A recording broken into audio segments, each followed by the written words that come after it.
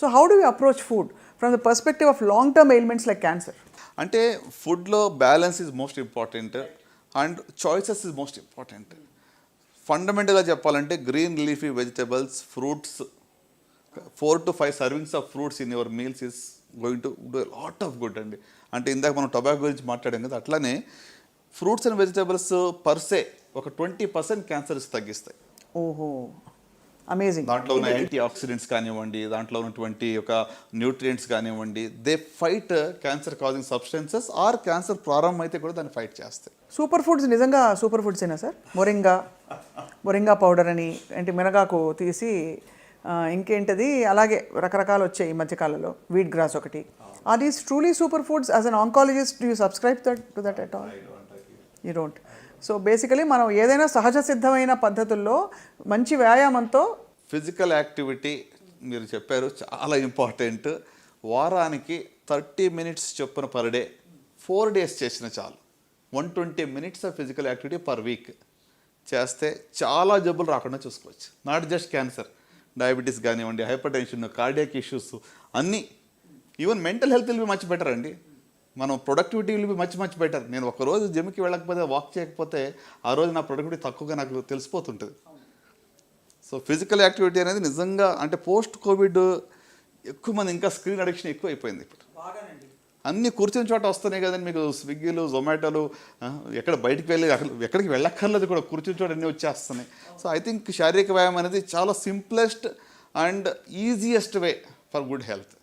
అంటే మంచి ఆరోగ్యం కోసం ఎక్స్పెన్సివ్ ఏమీ మనం చేసే అవసరం లేదు. ఫుడ్ చాయిసెస్, ఏమంటే physical activity, right, drink lots of water, ఇవన్నీ దీనికి ఖర్చుతో లేని పని ఇది. కానీ ఇవి చెయ్యం మనం. సార్ మామూలుగా అందరం అదే ఫుడ్ తింటాం, మోర్ ఆర్ లెస్ ఒక 80% స్పెక్ట్రమ్ ఒకే చోట ఉన్నాం ఇంచుమించుగా. కానీ కొంతమందికే క్యాన్సర్ వస్తుంది. ఆ కొంతమందిలో ఈ క్యాన్సర్ కణాలని ప్రేరేపించడానికి ఏ లక్షణాలు ఉంటాయి? Is it genetics? Is it something else that invites cancer? Sure అండి. అంటే క్యాన్సర్ రావడానికి జెనెటిక్ అనేటువంటిది, ప్రతి క్యాన్సర్ కూడా జెనెటిక్ అలాగనుకుంటే, ఎందుకంటే జీన్స్లో తేడా వచ్చినప్పుడే కదా కణాలకు విభజన అలా జరుగుతూ ఉంటుంది. కానీ ఇది జన్యుపరంగా వచ్చిందా, హెరిడిటరీ అంటాం. సో హెరిడిటరీ అంటే మీకు వంశపారంపర్యంగా కుటుంబంలో వచ్చేటువంటిది. దాని యొక్క రిస్క్ అనేది 5 నుంచి 10% మాత్రమే ఉంటుంది. సో మిగతా 90 నుంచి 95% అనేటువంటిది మనకు నేచర్లో ఉన్నటువంటి మనం ఎక్స్పోజ్ అయినటువంటి కార్సినోజెన్స్ వల్ల మనకు వస్తూ ఉంటుంది.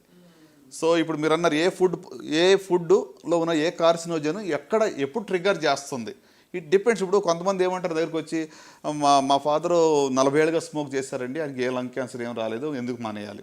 అవును, కరెక్ట్. చాలా కామన్ జస్టిఫికేషన్ మన కామెంట్స్లో కూడా పెడతారు సార్ ఇలాంటివి. అవును, కొంతమందికి రాలేదు అన్నంత మాత్రాన మనము దీనివల్ల వస్తుందని దాన్ని డిస్ప్రూవ్ చేయట్లేదు. 90% of the lung cancers direct related to smoking prove చేసాం. 10%లో మాత్రమే నాన్ స్మోకర్స్ కూడా లంగ్ క్యాన్సర్ రావచ్చు. అవును, కరెక్ట్.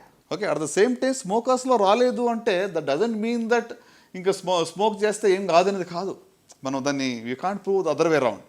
సో ఎందుకు వస్తుంది అంటే వాళ్ళలో ఆల్రెడీ ఒక ప్రిడిస్పోజిషన్ ఉండాలి. Over a period of time ఈ కార్సినోజెన్స్ రెగ్యులర్గా ట్రిగ్గర్ చేస్తాయి, క్యాటలిస్ట్గా పనిచేస్తాయి. ఈ కణాల యొక్క జెనెటిక్ చేంజ్, అంటే ఇప్పుడు ట్యూమర్ సప్రెసర్ జీన్ అని ఉంటుంది, అంటే ఒక కణాల విభజన జరగకుండా ఉండేటువంటి ఒక జీన్ ఉంటుంది, దాన్ని ఆల్టర్ చేస్తాయి. ఆల్టర్ చేసినప్పుడు అది సప్రెసింగ్ బదులు కీప్ డివైడింగ్ అంటుంది. అంటే ట్రాఫిక్ సిగ్నల్స్ ఫెయిల్యూర్ అయినట్టు అనుకోండి. Instead of green it says red. Okay, 2 చోట్ల 3 చోట్ల సిగ్నల్స్ రెడ్ అయినాయి అనుకోండి, ట్రాఫిక్ అంతా వచ్చి జామ్ అయిపోతుంది ఒకే చోట.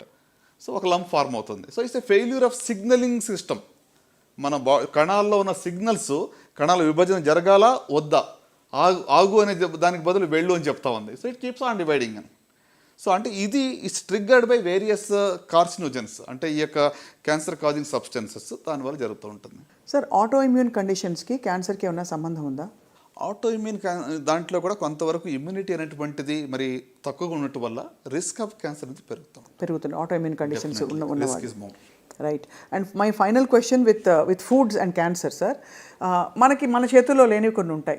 పెస్టిసైడ్స్ బాగా వాడేయడం, టాక్సిన్స్, మనకి ఈ మధ్య కాలంలో కొన్ని దేశాల్లో మసాలాల్లో కూడా ఎన్నో కార్సినోజెన్స్ బయటపడ్డాయని చెప్పి బ్యాన్ చేస్తారు.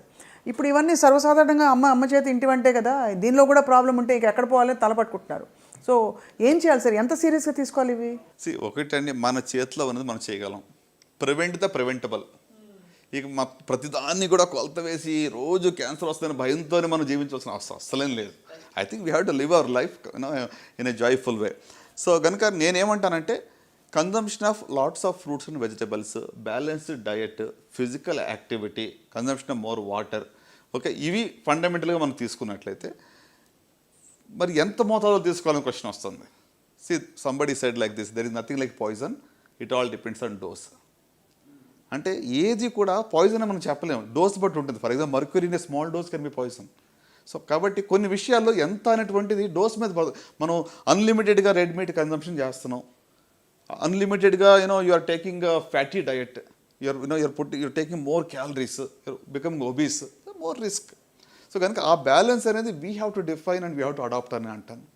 సో ఈ ఇథైలిన్ ఆక్సైడ్ తర్వాత ఇలాంటివన్నీ కూడా పెద్దగా అంటే చూడండి, ఇప్పుడు ఇథిలిన్ ఆక్సైడ్ గురించి మీరు అడిగారు, కరెక్టే. సో దీనివల్ల ఏంటంటే ఒక 50 టైమ్స్ లేకపోతే 100 టైమ్స్ ఎక్కువ మోతాదులో అది ఉంది than the permissible whatever limits అని చెప్తూ ఉన్నారు. సో డెఫినెట్గా ethylene oxide is a carcinogen, there is no doubt.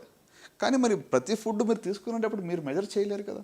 How can a common man take it? I think దీనికి ఏంటంటే మనకి లెజిస్లేషన్, మన వాట్ ఎవర్ రెగ్యులేటరీ బాడీస్ ఉన్నాయో they have to be more stringent. అవి పీరియడ్గా చెక్ చేసి వాళ్ళు at least మనకు assure చేసి ఫుడ్ మనకి ఇస్తే మనం తీసుకోగలం. కానీ మనం రోజు we cannot measure whether ethylene oxide is there or not.